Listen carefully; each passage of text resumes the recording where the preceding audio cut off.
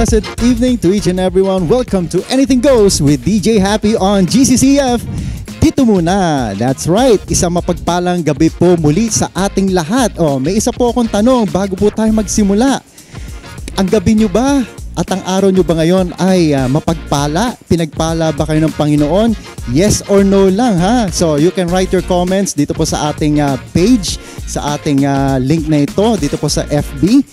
At ang sasagot po ng, sabi ko po, yes or no lang. Kung may sasagot dyan ng no, aba, ewan ko na.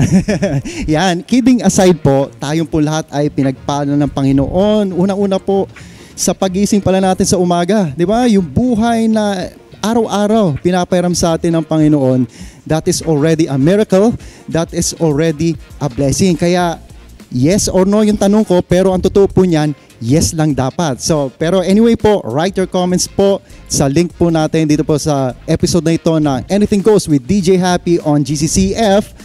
Dito muna. Alright, bago po ulit tayo magsimula, special thanks po sa aming mga partners. Unang-una po, Wingspart Unlimited Chicken, Wings and Chicken Pops, Luminosa Health and Wellness Products, and last but not the least, RCA Build Pro, redefining collaborative architecture sa Anything Grows crew. Maraming salamat po. Unang-una po si Miss Mara Panganiban, ang ating new ministries chairperson. Si Mr. Sean Abela, ang aming multimedia chairperson. Si Mr. Ryan De La Serna, ang aming director. Mr. Jen Mendillo and Mr. EJ Mahipus, ang aming executive producers. And last but not the least, syempre, ang aming administrative pastor po ng Central United Methodist Church. Walang iba po, kundi si Reverend Rani Jacinto. Isang mapagpalang gabi po sa inyo. Maraming salamat po sa lahat po ng bumubuo nito pong programang ito na Anything Goes with DJ Happy on GCCF. Wow, right now, kamusta na po ang lahat? Siguro sa gabing ito, may mga tapos na sa inyo mag-dinner. Tapos na sa inyong mga work. Kahit po Saturday tayo, I know may mga work pa rin tayo, no? May mga busy pa rin na tayo, marami tayong ginagawa and all that stuff. At siguro po iba po katatapos pa lang po mag-dinner at nag-chill na po siguro. I think you're just having your snacks right now. You're having your coffee, your tea. Wow, ang sarap po nun, ano? Well, ito lang po masabi ko. Sit back, relax, and enjoy dahil meron po tayong special guest, another special guest sa gabing ito. Una-una po, ayoko po ulit ng mga spoiler, no? Napakarami pong achievements ng ating special guest na ito. Parang no, yung talagang kasi totoo, no? May reaction talaga, no? May reaction, totoo po. Napakarami pong achievements ng ating special guest for this evening. Isa po siyang musician, and not just any other musician, no? Isa siyang, para sa akin po, very unique, no? Napakahusay po na musician po nitong ating special guest. We fondly call him as maestro. Yan, talaga, di ba? Pag sinabi mo maestro, napakahusay po talaga niyan. At later on, makakarinig po tayo ng mga tugtugin po na galing sa kanya. And I'm sure and I can guarantee, no, na maano kayo, ma-i-starstruck kayo, i-starstruck talaga, no? Masa-starstruck po kayo and you will be awed, no? Wow, mapapaano kayo. At may inspire po kayo pag napanood nyo po ang kanyang special numbers po dito po sa gabing ito. Well, marami pong akong pwedeng sabihin about him. Okay, isa rin po siya, isa rin po siyang former Tagalog Chancel Choir Conductor, no, na Central United Methodist Church. Ayan. And of course, ito po ang pinakamatindi, no? Isa lang sa mga pinakamatinding mga mga accomplishments niya. He was a grand finalist po ng acoustic guitars, no, sa Eat Bulaga. Wow, no? Yung Music Hero in the year 2017, di ba? Wow. Judge. Ayun, judge. Oh, judge. Yun, judge. Biro mo, pag judge ka, ibig sabihin, no, hindi lang basta-basta talaga. Totoo yun, no? Talagang karangalan yun, no? It's an honor actually. So, nako, ang dami ko nang sinabi. So, ito, papakilala natin ang ating special guest for this evening. Please welcome Maestro Jimpy Namit. Woo! Kamusta, sir? How are you? Hi, kumusta? Long time. Yeah, long time no see. O nga pala no, actually si Maestro Jim P, naging guest ko na rin siya way back 2019. I think Yes, yes. 2019, that was siguro parang malapit na pandemic noon eh. February. Oh yeah, oo. Parang nandun na rin ano, parang ano na yun, may mga signs na ano. And eto he was my first or pioneer, no? Siya yung pinakaunang guest ko sa pioneer episode noon, back sa UCAP or United Christian Artists of the Philippines noon. Sa Anything Goes din, yung time na yon. Yeah. So right now, nandito po siya ulit. So Sir Jim P, can you tell us more about yourself? Yeah. Bukod sa sinabi mo, dati rin akong mixed martial artist. Wow. Wow, yeah. Nag-enroll ako nung mga bata pa yan, matagal na. Pero hindi natuloy kasi full contact pala. Yeah. So, that's true. Ito ba mabalian. Anyway, maraming salamat sa garbo, napaka grand na pagpapakilala sa akin. Pero ang totoo niyan, I'm just a simple person. Wow. Simple lang tayo, simple. Maliban doon, God-fearing tayo. Nandito tayo sa simbahan every Sunday. So, yun.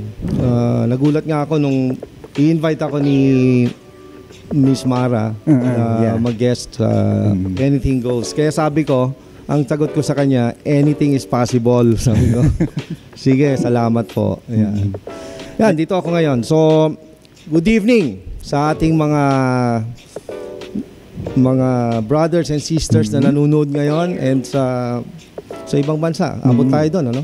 Yes. So, sa Anything Goes. So, I'm here again for the second time around and thanks to DJ Happy and for everyone. Yeah. Bumubuo ng Anything Goes. Okay. Now, ito ulit parang refresher rin to sa tulad niya yung first meeting natin, no, first interview mo noon. Syempre, refresher to. Gusto ulit namin malaman paano ba nagsimula si Maestro Jim P na mapunta siya sa path ng pagiging isang musician. Kinalakhan ko na yung music. From the time na namulat ako dito sa pakikinig ng mga not just any other music, classical music, especially classical music. Naririnig ko na to sa bahay namin. Yeah.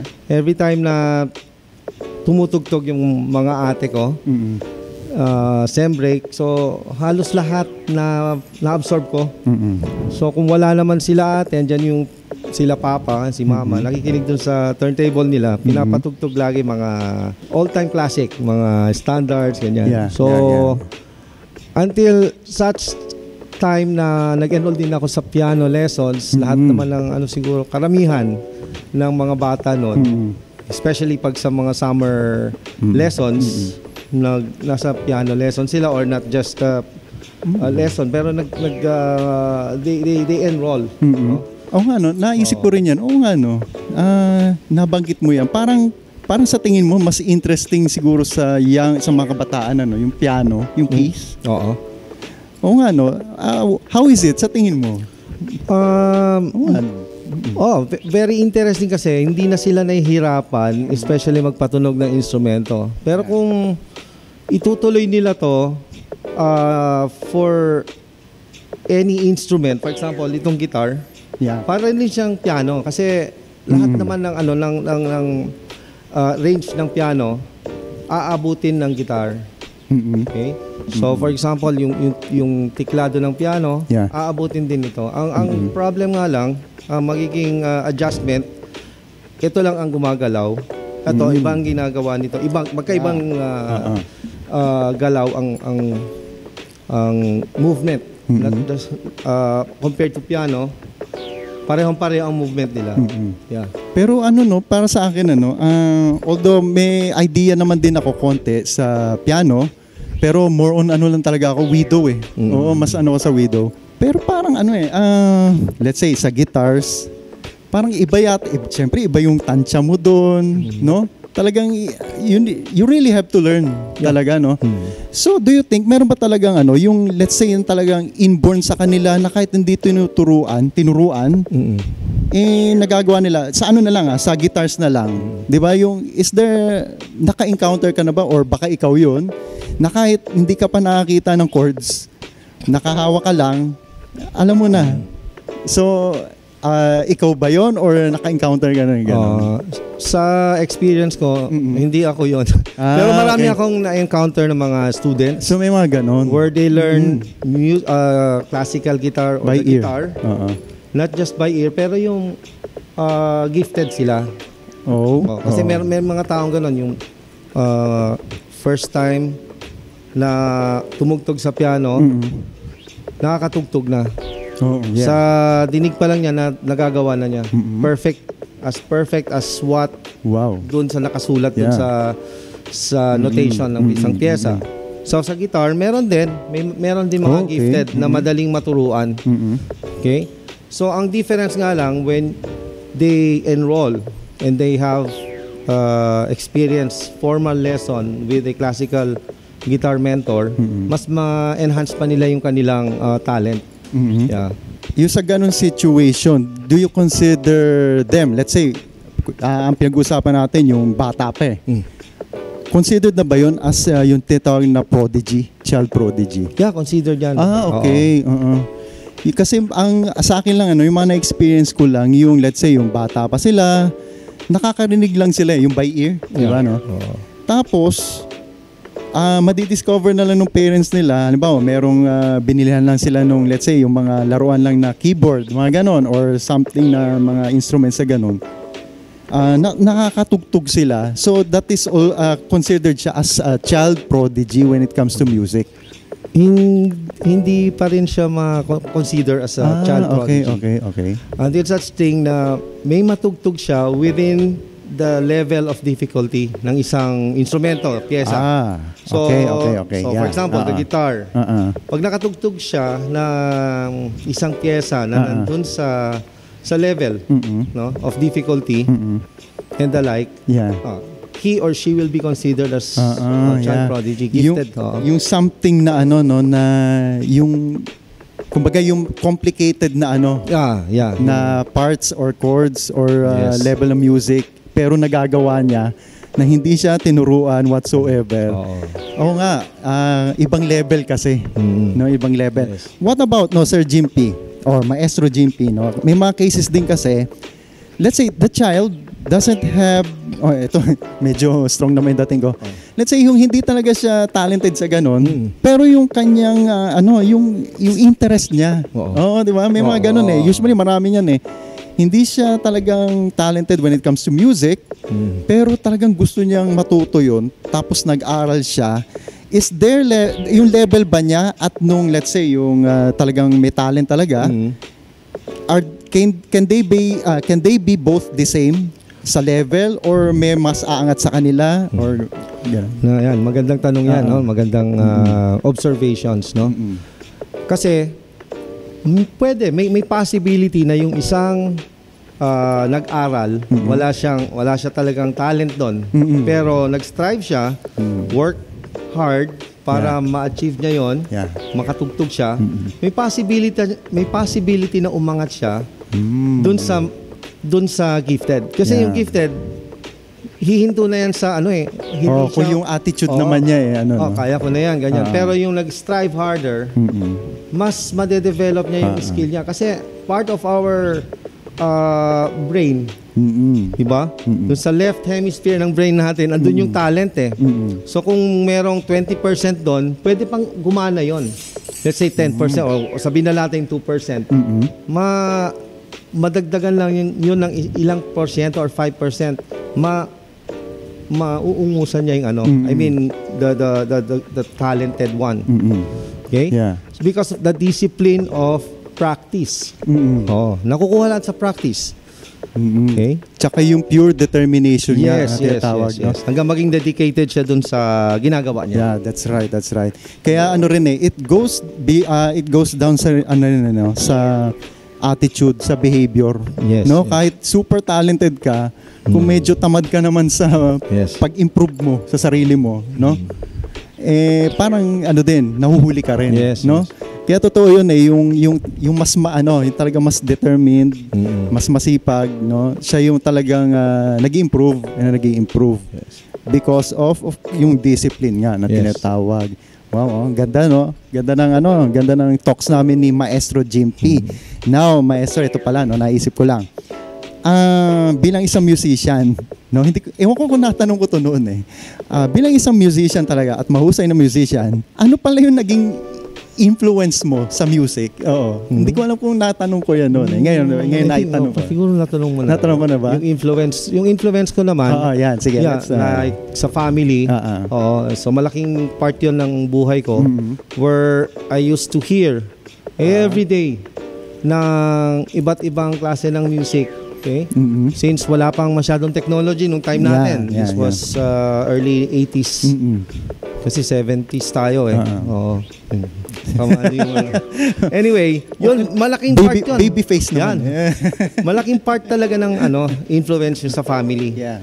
Then yung ibang percentage ng influence doon na sa mga positive friends natin. Where we used to hang out, tumutugtog tayo ng mga rock and roll music.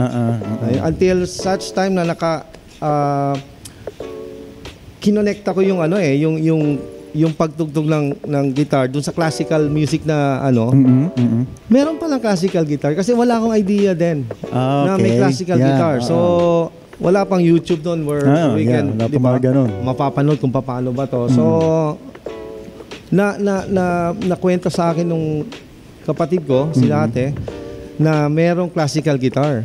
So paano yun? So parang notation. Kala ko puro chords lang din. So mababasa rin ng nota. So ang advantage ko na lang noon, naiintindihan ko na yung notes. Yun na lang pag-apply sa guitar. So yun ang inaral ko, pinaktis ko over time until makapag-enroll ako sa school, sa UST Music. Doon na ako nahubog ng gusto. So no time for party, mga ganyan. Talagang practice. And so, ang ibig sabihin, yun din yung interest mo na na let's say yung genre, 'di ba? Yung classical. Kasi syempre may mga kilala tayo, 'di ba? Yung talagang stick sila, let's say sa modern, 'di ba? Yung modern talaga. 'Di ba no? Yung, hanggang ngayon stick sila doon. May mga kilala ko ganun They don't want to play yung other genres. Gusto nila yung kung rock lang sila, rock lang. Ganun sila. Pero unlike you talagang best of both worlds, no? Classical, modern.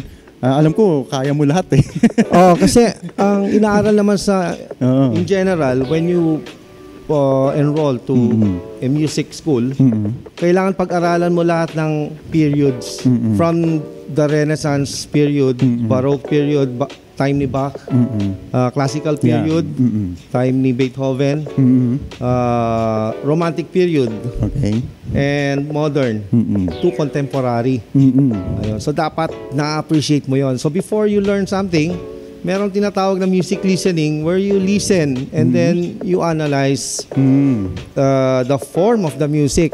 So lahat naman ng music may form. Yes, of course. Okay? Mga very basic dito, yung ternary form. So konting lang, I just want to educate all the listeners and followers of DJ Happy in terms of music. Lahat ng music merong tinatawag na forma. So yung pinaka-basic, merong ternary form where A, B, and A. Yung bumabalik lang sa theme, A, B, A. Yan. So lahat ng music merong form. Meron pang two forms, binary form, A, B, mga ganyan. Wow, yeah. And unitary form, isang form lang siya. So madalas na mga folk music. So lahat yon inaaral at napag-aaralan and made-develop lahat ng skills. Kung hindi totoo yung mahilig ako sa music pero yun yung mga narinig natin pero hindi hilig yung music sa atin. Lahat tayo merong hidden talent. Yes. Kailangan lang ma-improve. Okay? Di ba pag Ako dati, talagang nag-ano ako sa, ano ba no? Kaido ba yun? Kaido. Aikido. Oo. Hindi lang natuloy dahil talagang full contact. So, yun ang fear ko. Yun ang fear ko. So, sa iba ako ibang kinarir ko. Yung mga ganyan. Tama yun. Actually, no, yung sinabi mo kanina, maestro, no, maganda yun, no? It's to educate, yung sabi mo nga, our viewers, no, especially yung mga musically nasa music, no, aspiring musicians or yung nasa music na, regardless na kung anong edad mo. Kasi minsan nangyayari sa atin, kung ano yung specialty natin, kung ano yung genre natin, yun yung lagi natin kiniklaim na, ito ang best. Yeah. Di ba yung ganun eh? Ito yung better compared dito sa ganito, sa ganyan. Actually, sabi nga ni Maestro, lahat ng music may form. May form, yes. Totoo, di ba? Ang linaw eh. Ako na-educate ako doon. Ang linaw niya. So, wala pong right or wrong music. Yes. So, ito po gusto ko lang isingit. So, marami kasi sa natin, sa yung, of course, sa paligid natin, pag nakarinig sila, example lang ng genre ng music example lang, let's say nakarinig sila ng rap music. Ang dami kaagad yan. Sasabihin, parang negative kaagad yung dating, yung reaction. Kasi daw, hindi daw maintindihan, ang gulo. Ganun lang. Wala daw tono. Nagre-rely daw sa auto-tune. Kidding aside. Yun yung mga usually yun yung mga laging comments Nagre-rely sa auto-tune pag rapping, gano'n. Actually, hindi kasi may kanya-kanyang form. Yan nga yung tinatawag, sabi nga ni Maestro Rap is also a music, no? Let's say, yung kunyari yung ano ba yung genre natin? Jazz. Yung rapping kasi more on rhythmic. Yeah. Yung mga So, beats. So kung ano yung doon sila tinatama lang nila yung beat doon sa pulso or pulse doon sa beat where the rhythm is concerned. So walang tono yan. Diba? May mga rapping. So more on percussive, more on rhythmic talaga. Percussive. That's right. So more on rhythmic. So lahat yan, kung inonotate yon ng isang composer or arranger, pwede niyang inotate yon. Pero more on rhythmic. Tsaka ito to clear sa mga viewers natin. So hindi to comparison. Hindi. Hindi to comparison. Kung comparison man to, it's like you're comparing apples to oranges, yung tinatawag na ganon. Pareho yun parehong fruit pero magkaiba, no? Tama. Parehong fruit pero pareho ring masarap. Di ba? Depende yun sa sa orientation mo, sa taste mo yung sabi nga ni Maestro Jim P, beat by rhythmic, rhythm. So yun naman sa let's say sa kanya sa classical na music, di ba? Ibang-iba naman din. Kasi since yung guitar meron siyang at the same time accompaniment and at the same time solo instrument. Okay. So with or without accompaniment or piano accompaniment or orchestra accompaniment, magsusurvive ang classical guitarist. Kasi both rhythm, accompaniment and melodic instrument. Parang piano. So pwedeng solo instrument, pwedeng with accompaniment. So lahat 'yan ang lagi kong ini-stress sa klasiko, yung the rhythm is the soul of the melody. Parang tao, di ba? So, yung rhythm, kung kahit maganda ang melody, maganda ang pagkakanotate, pero hindi maganda yung wala sa tono. So, sayang. So, much better kung uunahin mo aralin yung rhythm. So, both rhythm, pag yung melody, tama ang ritmo, ayun. Buhay na buhay yung music. Kaya yun yung ini-stress ko lagi. Wow. So the rhythm is the soul of the melody. Coming from, talagang legit na maestro or talagang expert ba yun? Expert talaga sa music.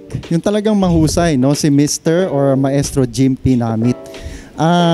Okay, so nandun naman tayo sa yung nag-explain ka, Sir Jim P. ng about music.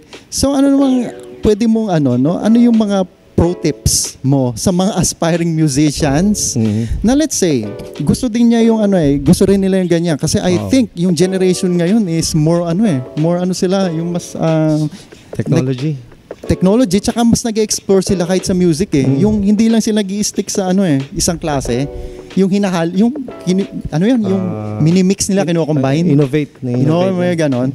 So, yung mga ganon, mga generation ngayon, aspiring musicians, ano yung mga pro tips mo para sa kanila? Ganon pa rin. Hindi na magbabago yung yung mga ibang tips doon. If kung ano man ang gusto mo, kahit saan ka pumuntang field of specialization, ang pinaka number one, yung determination, kung ano mauna, before the discipline. Kasi when you're determined to pursue that field of specialization, mapa music, mapa ibang course, or field of specialization, dapat determinado ka. Okay? Hindi ko naman sinasabing bawal mag-shift. Kasi yung iba kasi, hindi pa sila masyadong, siguro sabihin na nating 100% sure na yun ang kanilang career. So, kaya may nag-shift. Pero minsan yung mga nag-shift, sila yung mas nag-i-improve. Okay? So wala naman kasing perfect. So we have to improve ourselves. So pero yun lang, yung determinado ka tsaka yung disiplina. Yeah. Once na nandun ka na, then hindi mo lang sasabihin, gusto kong maging gitarista or gusto kong maging classical guitarist. May possibility magbago Kailangan I love this field of specialization na kinukuha ko. Dapat mahal mo. Yeah. Kasi pag gusto mo lang, pwede mong di ba? Oo. That's two different things. Tama yun. Magkaiba yun. Iba yung gusto mo sa mahal mo. Parang pag-ibig lang din no? Tama yun. Gusto mo, pero hindi mo naman mahal minsan. May mga gano'n, di ba? Kidding aside, maganda yun, Maestro Jimpy. Yun nga, yung gusto mo lang siya, parang lang siya for the meantime, kasi may darating yung time, parang mananawa ka. Yes. No? Kaya ang third will be, kung kaya mong i-sacrifice lahat ng ginagawa mo before, yung mga comfort zone mo. Ayan. So, tama. To improve at para ma-achieve mo yung goal na yon, you have to sacrifice. Tsaka ito pa, hindi rin yung for the sake lang na ipakita ko, i-flex ko lang na, may alam din ako na instrument, may alam din ako sa music. So, hindi lang din gano'n dapat. Kailangan talaga, may passion. Totoo yun. Yes. Passion talaga. Hindi yung for the sake na nasabi ko na gusto mo lang i-flaunt, ipakita lang. Let's say, papakita mo na sa social media. ATM at the moment. Nag-aaral ako ngayon, mag-violin. Mga gano'n, di ba? Or nag-aaral ako ngayon mag-guitars. So yung pala, just to show lang, hindi mo naman talaga, minsan hindi mo naman din gusto. Parang gusto mo lang, inom mo lang, yung parang trend lang siguro, yung cool. So that's different talaga. Two different things. So yung mga musicians talaga, para sa akin, this is my point of view. Of course, considered ka talaga as an artist. No? If you're a musician, automatic yun. Artist ka talaga. Ngayon, kung talagang musician ka, yun yung talagang passion mo. Actually, ito, shout out kay EJ Mahipus, ang isa sa aming executive producers. Alam mo, nakikita ko sa kanya. Nasa kanya yung passion talaga. Grabe, kasama ko sa Lamplighters yun, sa band, dito sa CUMC. Talagang, bago mag-start ang practice namin, tumutugtog na yan. Kung hindi nag-guitars, nagda-drums, nagki-keyboard. Pa-practice kami. After noon, hindi pa siya kontento. Drums pa rin yan, keyboard. Kung ano yung available na instrument. Doon ko talaga, yun yung nakikita kong passion na talaga nakikita ko sa kanya, kay EJ, na yun yung love niya. Talaga, totoo yun.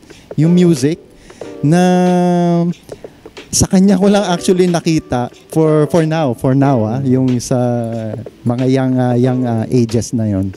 For now, I think very rare na yun ngayon, di ba? Yung halos simula pa noon ganun na siya. No, nakita ko siya ganun siya, hanggang ngayon ganun siya. Talagang love niya yung music. Very rare na ngayon yun, kasi yung iba Pagkatapos na mag-practice, yun na, pack up na tayo. Wala na, iba na yung ano niya. Tapos kung kailangan minsan mag-practice, ayaw naman din mag-practice, di ba? Ayaw improve yung sarili. So, ito ngayon, papasok tayo dito, Maestro Jimpy. Sa ganung klaseng discipline, syempre kahit sabihin natin yung sabi mo nga kanina, meron tayong dapat discipline, determination, hard work. Pero meron talagang ganyan along the way, halimbawa yung mga students mo, di ba? May ganyan. Paano mo sila i-handle ngayon? Pagagalitan mo ba? Yung mga ganun. Hindi. Pag, say, example, si EJ, tinapos niya yung percussion niya Yun talaga yung field of specialization niya nung nag-aaral. So, yung kanya ng bachelor's degree, yung percussion. So, yung extra mile niya sa pagtugtog, nagagawa niya yung mag-bass guitar, he can play the piano, nadidirect niya lahat. No? Virtually everything. So, sa akin, walang problem yun. Walang problem. As long as may matapos ka dun sa isang field of career or specialization mo. Kasi maraming ganon, lahat kaya nilang tugtugan. Pero wala silang natapos dun, yung isa. Okay, so sabi mo nga, very rare yung ganon na natutugtugan niya pero meron siyang tinapos niya yung percussion. That's true. So for me walang problem kung tugtugan niya lahat kasi yung andun na sa kanya yung attitude of exercising the discipline of practice. Andun siya. Kaya nga na sinabi mo pag nagtatawag siya ng practice or ikaw andun siya to direct or to guide, di ba? So no problem with that. And I want to add up at yung si EJ, talagang ginagamit din niya yung talent niya talaga sa Panginoon. Di ba? Dito sa church, sa Central United Methodist Church. Actually, wala akong masabi talaga. Kaya nga, I am much older than him, Pero kaya tawag rin namin sa kanya maestro. Actually, I'm much older than him, pero pag mayroon kami practice, siya yung kinukonsult namin. Okay ba yan, EJ? Sa tingin mo, tono, tama. Pag umano siya, nag-agree siya, tiwala kami. Pag hindi, alam namin, sablay yun. Kaya talagang kasi we look up to him talaga, mahusay talaga siya. And yun nga, ginagamit niya ang kanyang talents for the Lord, di ba? Napakaganda nun.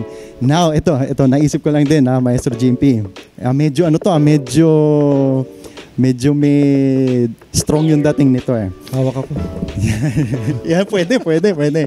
Natanong ko na rin to noon, sa isang episode ko rin kay Ate Francis tsaka kay Kuya LG. Of course, you are also a tenor, diba? Sa isang choir, kumakanta ka rin. Kumakanta rin po ang ating maestro. Napakaganda rin ang boses ito, actually. Totoo. Nakasama ko rin po siya sa choir, Tagalog choir, diba? And yun nga, former Tagalog Chancel Choir conductor siya. Nabanggit ko nga kanina. Now, sa mga choirs, hindi lang sa church, pati yung ibang choral groups outside. Siyempre, ba't ibang conductors yan? May kanya-kanyang yung style. Mga ganon, di ba? Yung mga naka-encounter na rin kasi ako noon, kiniklaim nila na itong klaseng style ng pag-singing is siya yung best. Mga ganon. Talagang may ganon. May sinasabing ganon.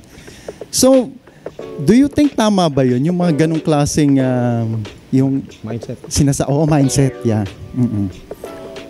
Parang kiniklaim niya. Oo, ayun, yung may mga ganon. Yeah, yung parang throat lang, head tone, hindi diaphragm, yung ganon. Yung pag-singing niya. Yun yung tama kaysa yun sa ganon. Is it, yun ba, okay lang ba yun na, halimbawa, sinasabi mo yun sa mga members mo sa isang choral group, yung ganon. Encounter ko yun, actually. So, well, siguro ito yung tama.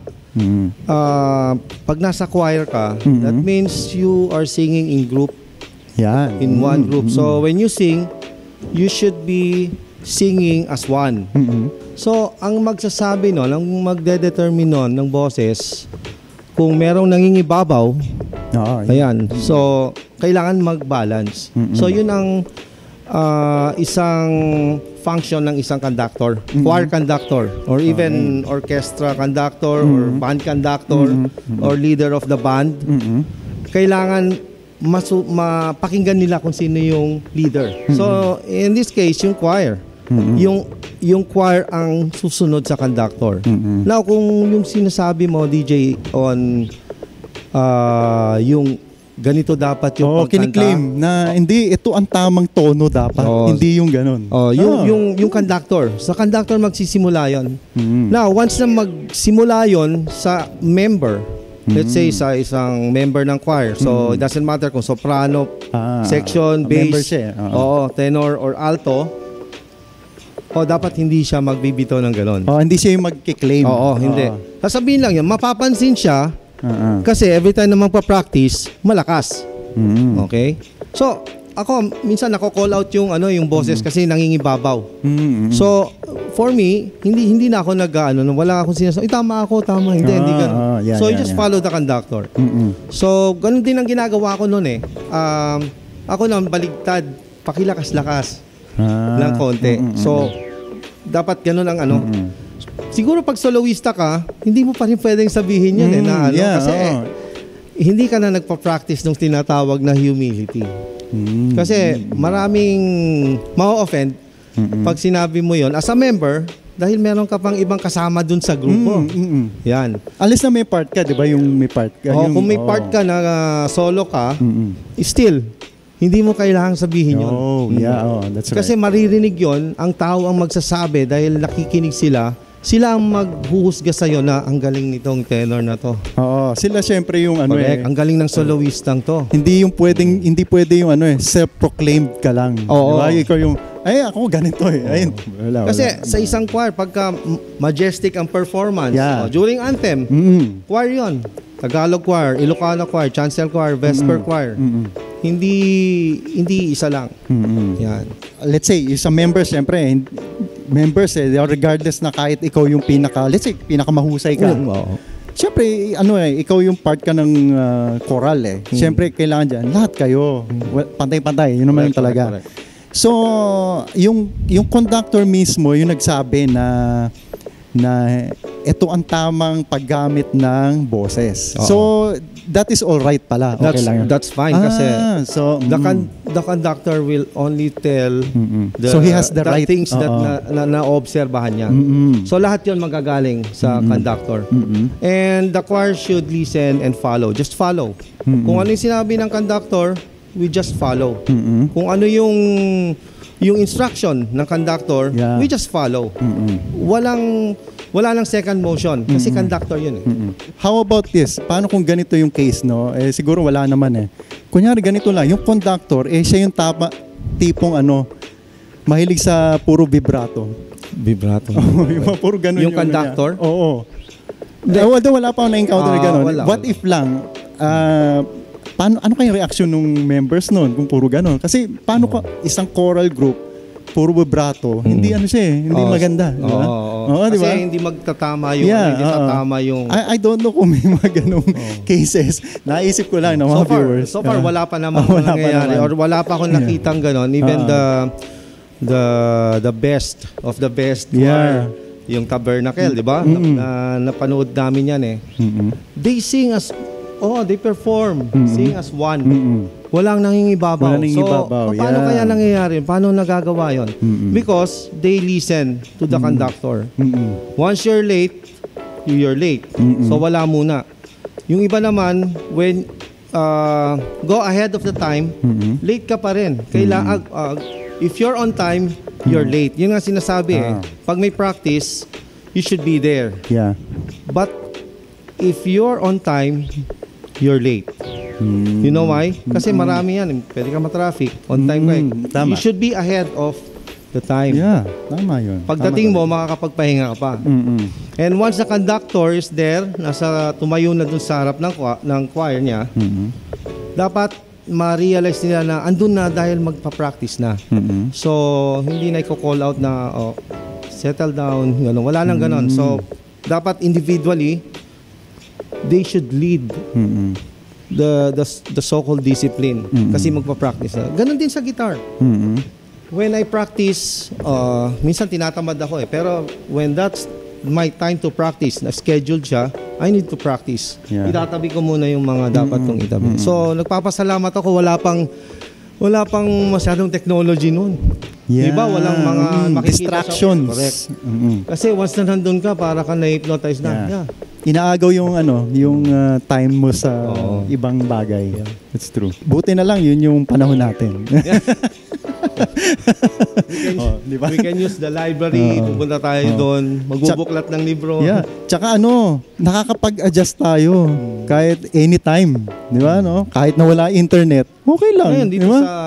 sa pag nag-Bible study, madali na lang hanapin yung verse. Verse. Yun. Ito pa nga pala, mga viewers. Let's say, especially tayo mga Christians, di ba?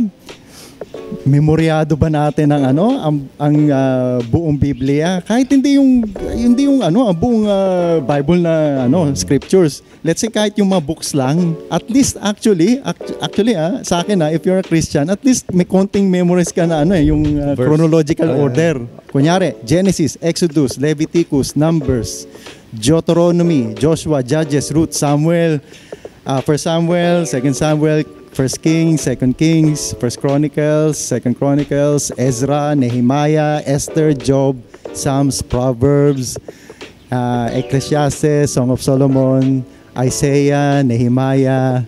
At least may natatandaan ako. Diba? Yeah, no? Kasi, let's say, yung panahon namin, talagang tinuturo sa school. Yeah.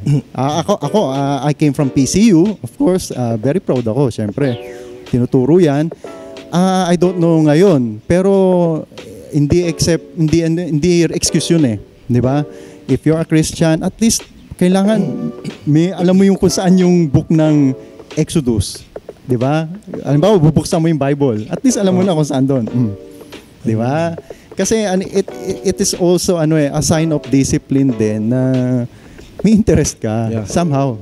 As a Christian naman lalo, 'di ba? 'Di ba? Para sa Panginoon 'yon actually. But of course kanya-kanya naman tayo, no. We're not condemning anyone. Happy lang tayo dito lahat. Idadagdag ko lang sa Bible kasi Okay. Kasi pinag-usapan natin sa music, 'di ba? Meron kaming sa music merong course or subject. Kasi yung subject ngayon na word pinalitan na po ng course. Yung dati, anong course mo? Sabihin mo, music or nursing. Ngayon, pag sinabing, anong field of specialization mo? Yun yung course. Ayun, yun na yung sabihin mo, engineering, music. Yan. Ngayon, anong next course mo? Yun yung subject. So, ang next course ko, solfeggio. So, solfeggio in music is sight singing. Ayun. So, libro yon na yung book 1 hanggang 176. Tapos, yung book 2 hanggang 90 pages, 90 lessons. Okay. So, kahit saan, pag natapos mo dapat yon, dapat kahit saan buklatin yon, makakanta mo or mambabasa mo yon. A cappella. No accompaniment. So, parang Bible din na alam mo na kung saan. Yan, diba? Ngayon, kahit saan mo buklatin dapat yung librong yun. Tinatansya mo lang, pero nandun na at least. No? So pag ganun mo, ora-orada, makakanta mo yun. Yeah. Hindi pwedeng sabihin, ay nalimutan ko yan. Nalimutan ko na, sir. Mga ganon. So talagang no excuse. Of course. Yeah. Tama naman yun kasi sa lahat naman ng ng ginagawa natin dapat talaga binibigay natin yung yung best natin. Di ba, no? Of course, unang-una sa Panginoon, binibigay natin best natin. Ngayon, otherwise, kahit ano man yung field ng ginagawa mo, mapa-music man yan, o kung ano man, technology, sa multimedia ka, or ibang arts, no? Siyempre, kailangan ibigay mo rin talaga yung best mo na, di ba, yung talagang i-devote mo yung sarili mo. So, dito, ang tinatakil pala namin ni Maestro Jimpy, music pa lang. Pero the discipline is the same. Yes. Di ba? Mapa-music man o hindi, yung discipline napaka-importante talaga, no? Para lalo tayong mahasa, di ba? Mahasa tayo at yung magamit natin yung full potential natin, di ba? At ma-utilize din natin yung yung pinag-aaralan natin na yon. Na ngayon, living example ngayon natin si Maestro Jimpy. Yan. Wow, very informative po mga viewers ang ating usapan ngayon, usapang music from Maestro Jim P. Now, dadako ngayon tayo sa medyo personal ng konti. No, medyo personal. Sa isang musician, isang mahusay na musician, Maestro Jim P. Dumating na ba sa point ng buhay mo? Alam namin lagi kang masayahin ka. You're always cheerful, you're always yung composed, no? Calm. Yan, isa pa, calm. Calm na calm lagi to si Maestro eh. Oo, cool na cool. Totoo.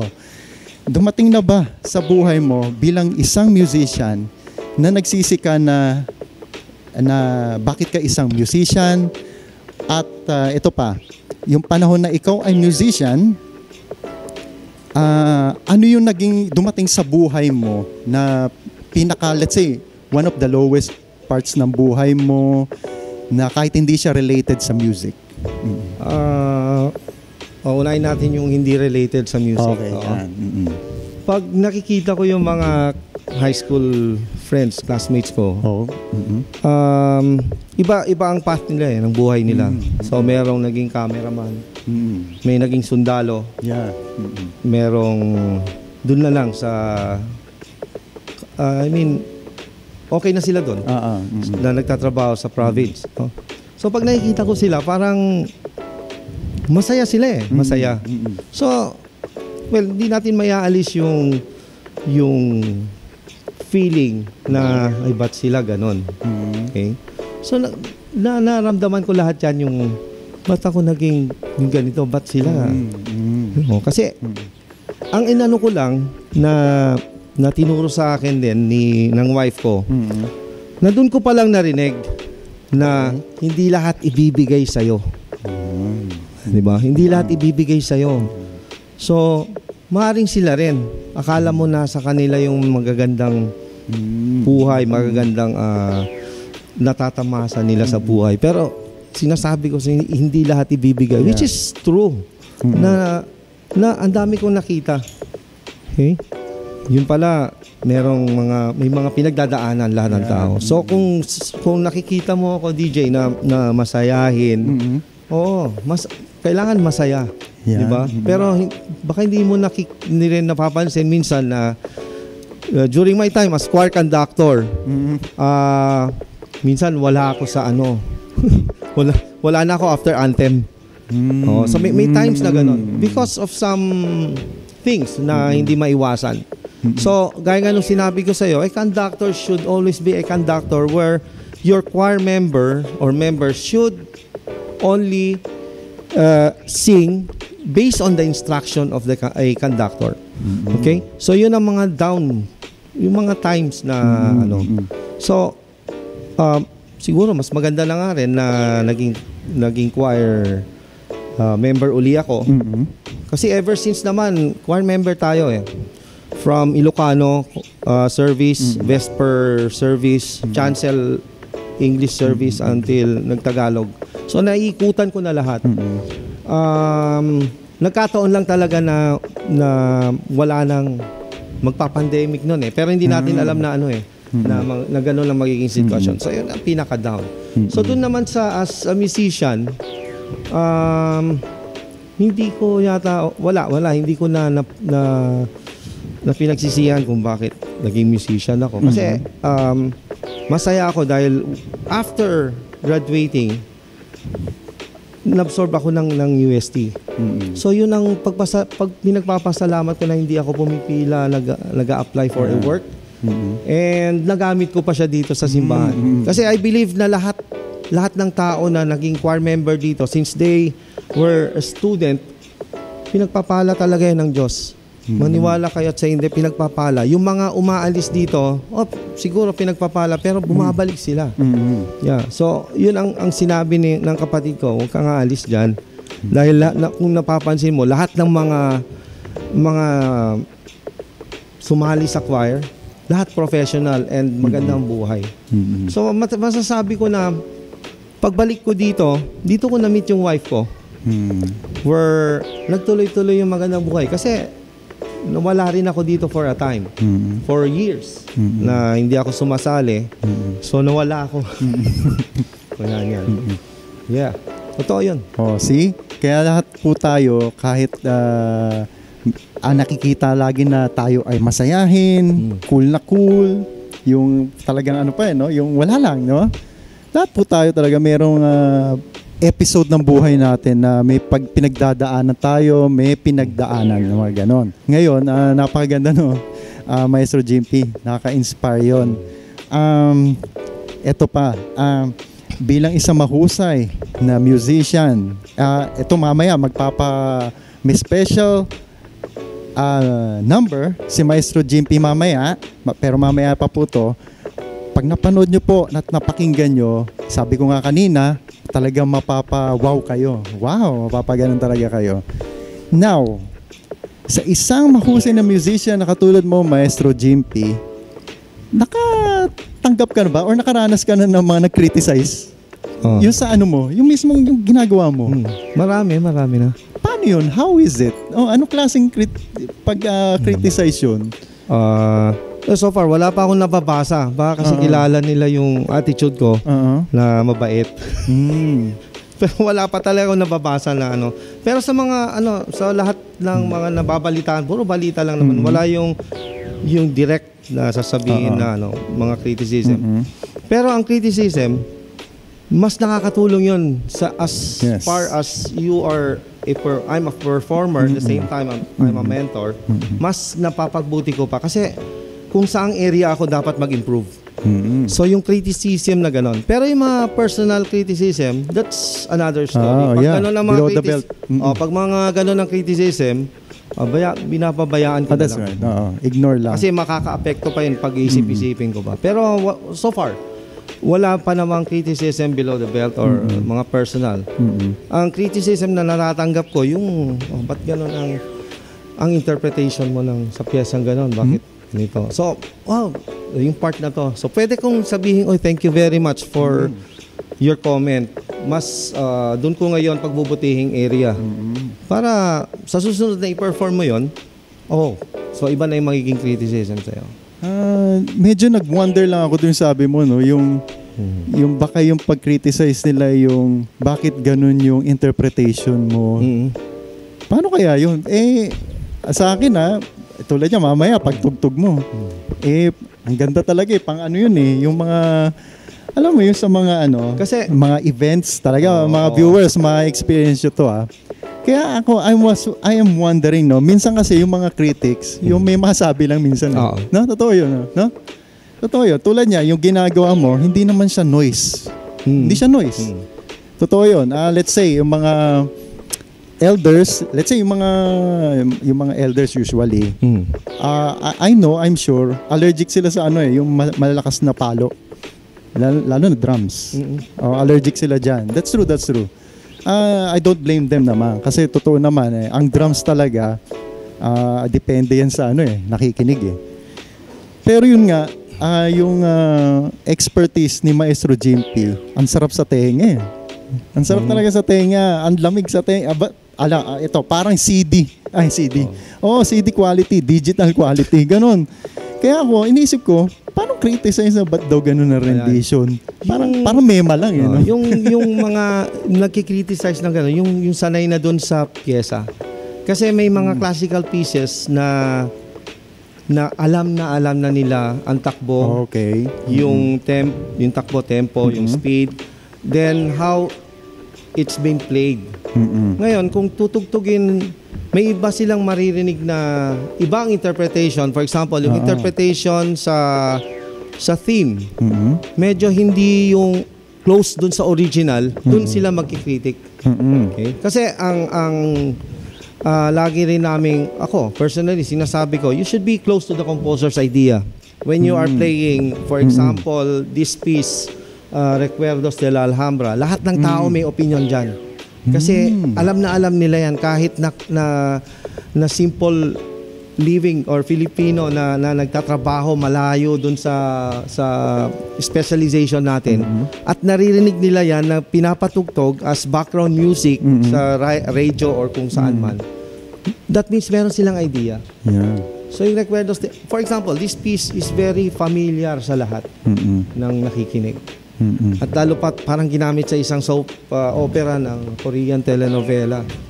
So lalong anong tawag dito, familiar yung tunog sa kanila. So pag napakinggan nila yon, ay parang yun yung tunog ng ano, parang yung music na yun. Yeah. So talagang mas marami ang talagang prefer nila talaga yung exact. Oo. Exact talaga. So is it a taboo? Let's say taboo ba na yung medyo may inalter ka? Kung meron ka mang gagawing alteration at buhay pa yung composer, magpapaalam tayo. Yeah, that's true. For example, itong recent concert ko sa Manila Pianos, yung buong suite or yung program doon na isang music, bale limang different style. Pero isa ang composer. Nagpaalam pa ako doon sa composer. So, buti sumagot naman siya, nagpapasalamat siya at na-appreciate ko yung music niya. So, doon. Tsaka yun nga, importante yan kahit verbal lang Yeah. yung may lang, yung may pahintulot ka lang. Kasi that's a show of respect, Yun, one thing, isa pang problem yan ngayon, panahon natin ngayon. Dadagdag ko dito, when you arrange, for example, sa choir, never mong babaguhin yung melody. Yun, pwede mong baguhin yung accompaniment, yung alto part, tenor part, at saka yung bass part. Pwede mong baguhin yon para kung sa tingin mo mas magiging maayos yung flow, pwede yon. But never mong pakikialaman babaguhin yung melody. Sa arranging yan. That's number one rule. So do you think may mga conductors na hindi fina-follow yung ganyang meron rules? Yung biglang babaguhin yung value nito, biglang may mga conductors na gano'n. Pero baka naman nagpaalam sila. Pero sa tingin mo, in your own opinion, is it destructive or nakakatulong ba yun? I think kasi lalo na siguro makakatulong yon if you make your own composition para anytime pwede mong baguhin. Yung ikaw lang gumawa ng sa'yo yun pwede mong baguhin lahat. Pero sa isang composer na na-publish na, yun yung ginagamit mo. Yun ang ginagamit mo. Then just follow the music. Nga kasi merong cases na ganyan. Pero meron talagang typo error na sa alam mo parang sintonado yung boses. Pero imposible yung melody yun. Siguro somewhere there sa mga voicing. Pero number one rule in arranging, and if you are following a published piece for a choir, SATB, never change anything. As is na yun. As is talaga. Kasi published na yun. Tama. Yeah, that's true. Ako nga, naka-encounter yung pyesa Una kong nabasa not for sale. Pero joke lang yun. Yung may nakatatak na gano'n. Joke lang po yun. It's just kidding aside. Pero yun nga, totoo yun, na kung ano yung ginagamit mo, na talaga siya yung yun yung pyesa. Edition. Hindi mo dapat ina-alter. That's true. Yeah. No? Kaya that makes sometimes yung mga conductor parang minsan masungit. Tama, no? Di ba minsan may mga ganun kasi nga minsan may mga members din talaga hindi sumusunod. Totoo yun. May mga ganun, may mga experience akong ganun na ewan ko bakit ganun, merong ganun. Yung hindi sila sumusunod, kahit binabasa mo na nga lang di ba, no? Kasi may mga ideas sila. Yeah. Pero kahit anong ideas man yon, we should follow, no? Me as a conductor, former conductor, I just follow what's written on the music kasi inaalala ko yung composer mismo di ba? Pinapapalitan mo tapos gawa niya yun, hindi naman sa'yo. So that's unfair. Ayan, bago tayo magtapos, no? Give us an example, no, Maestro Jimpy. Ito nga yung lagi ko sinasabi na kanina pa na magbibigay ka ng mga handog mong music para sa ating mga viewers.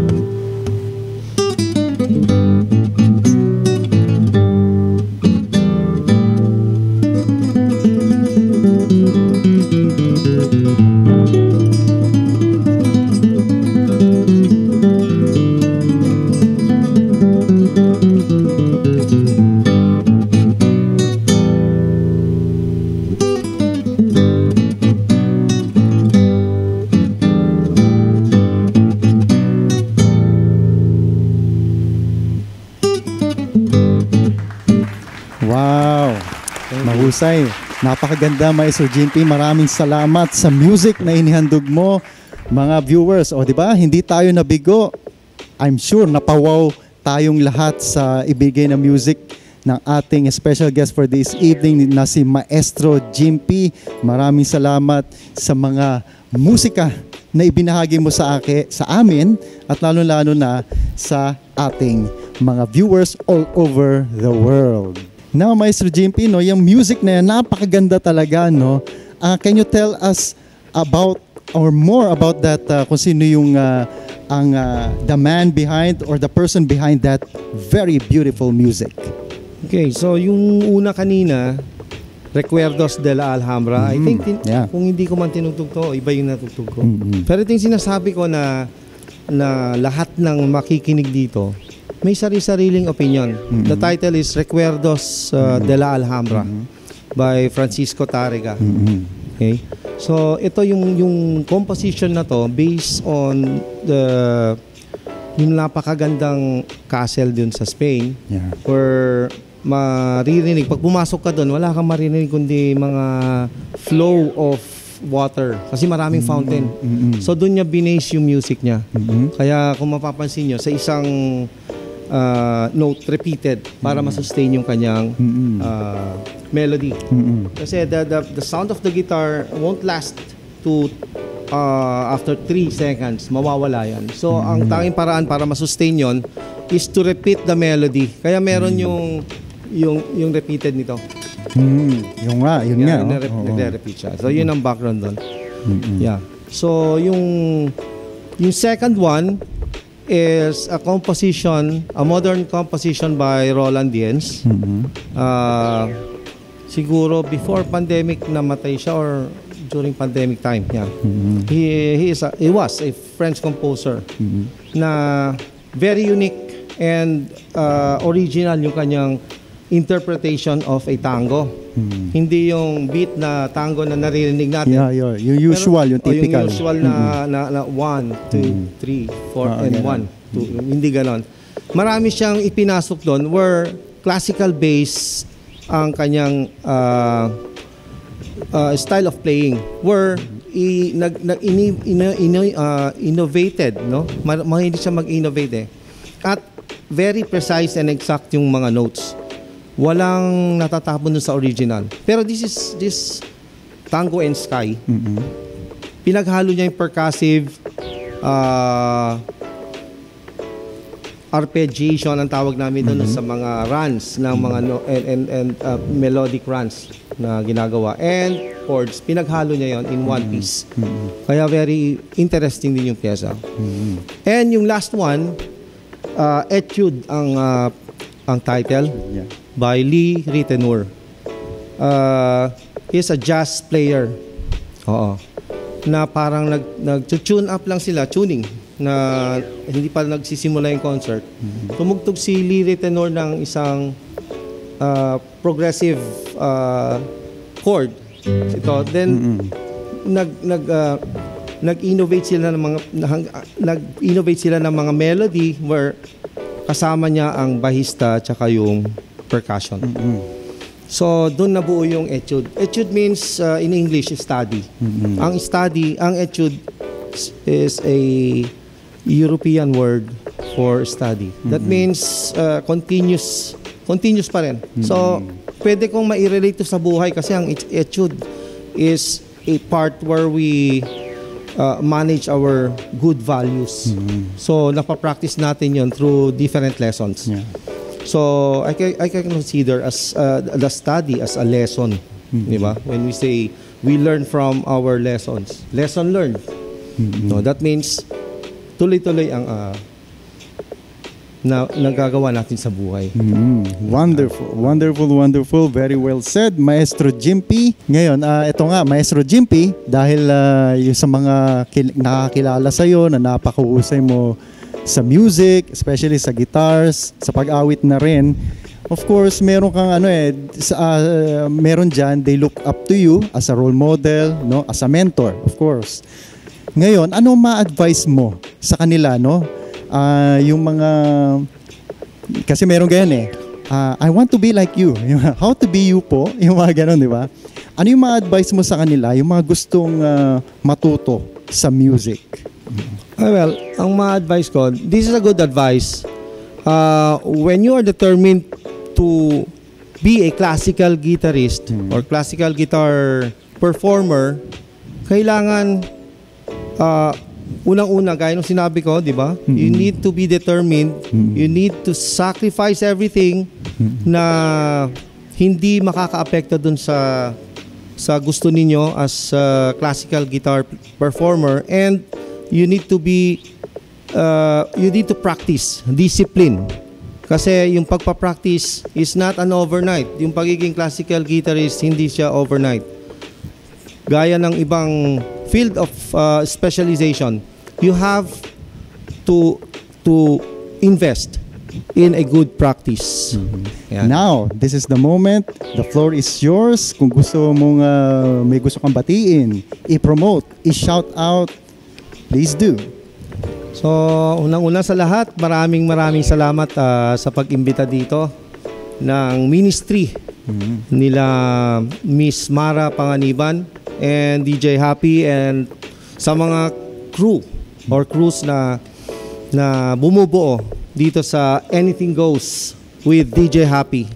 And I just want to greet or shout out no, sa mga mahal ko sa buhay. Of course, yung misis ko, si Mrs. Gemma Linamit, my sisters, yung dalawa kong siblings, si Ate Jane and Ate Julie. Maraming salamat sa mga suporta ninyo. To my father-in-law and mother-in-law, si Daddy Jean Asuncion and Miss Maggie Asuncion. And to my, mga si Gracious, si Mod, sa choir, Tagalog choir, especially to the choir. Maraming salamat. And to my students out there, continue to support. Okay? Anything Goes with DJ Happy. Wow. Yan, maraming salamat again, Maestro Jimpy. O, take note mga viewers natin, especially mga aspiring musicians out there, all over the world, saan man sulok ng mundo, no, na nakanood ngayon ng episode na ito with Maestro Jimpy dito po sa Anything Goes with DJ Happy on GCCF. Again, maraming salamat, Maestro Jimpy. It's an honor, it's a pleasure for us na nandito ka ulit. Second time around, for ilang years din yun, no? Simulan 2019, no? Ganon. Yes. Tagal din, no? Tagal din. And now, ito ulit kami, nagkasama ulit kami ni Maestro Jimpy. Nagbahagi na naman siya ng kanyang napakahusay na music, no? At the same, as usual, napawaw na naman tayo, no? Just like before. At walang kamintis-mintis talaga, mga viewers. Maraming salamat, Maestro Jimpy. So, konti kulang na naman ang oras natin, no? Napakarami pa dapat nito. Ang special guest natin, napakaraming achievements nito, pero yun nga, sabi ko nga, kulang ang isang oras or more minsan, no? Na mabanggit niya lahat or masabi namin lahat ang kanyang mga achievements. Pero yun nga, kami ay nagpapasalamat for this moment na naka-inspire. Of course, naka-inspire talaga si Maestro Jimpy sa lahat-lahat. First of all sa akin, and I'm sure kayo din, mga viewers. So, pansamantala muli tayong maghihiwa-hiwalay. Again, next time ulit tayo, Saturday, 7 p.m. on FB Live. Then later on YouTube, Spotify, and TikTok. So, tandaan po natin, no? We can make a difference in our homes. We can make a difference in our work. We can make a difference in our school. We can make a difference in our church. We can make a difference in everywhere we go and whatever the things that we are going to do. Tandaan natin po yan, mga kapatid. We can always make a difference dahil lahat tayo ay nasa Panginoon. And also, be reminded na kung ano man ang pinagdadaanan mo, maliit man o malaki, mabigat man ang problema mo, or simple lang, always remember that you are God's masterpiece. Ayon nga sa Ephesians verse 2, chapter 10, no? We are God's masterpiece dahil tayo ay nilikha ng Panginoon. Meron tayong may value tayo, no? Kaya wag nating iisipin na wala tayong halaga sa mundo. Lahat tayo, we can make a difference, and we are God's masterpiece. So again, maraming salamat ulit sa ating mga viewers dito po sa Pilipinas, and syempre sa mga kapatid natin mga OFWs around the world, ano man ang oras ngayon dyan. Maraming salamat po sa panonood dito po sa episode na ito with Maestro Jimpy Namit dito po sa Anything Goes with DJ Happy on GCCF. Dito muna. Thank you so much everyone. Again, this is DJ Happy saying, pagpapala pa more and keep the faith everyone. God bless us all.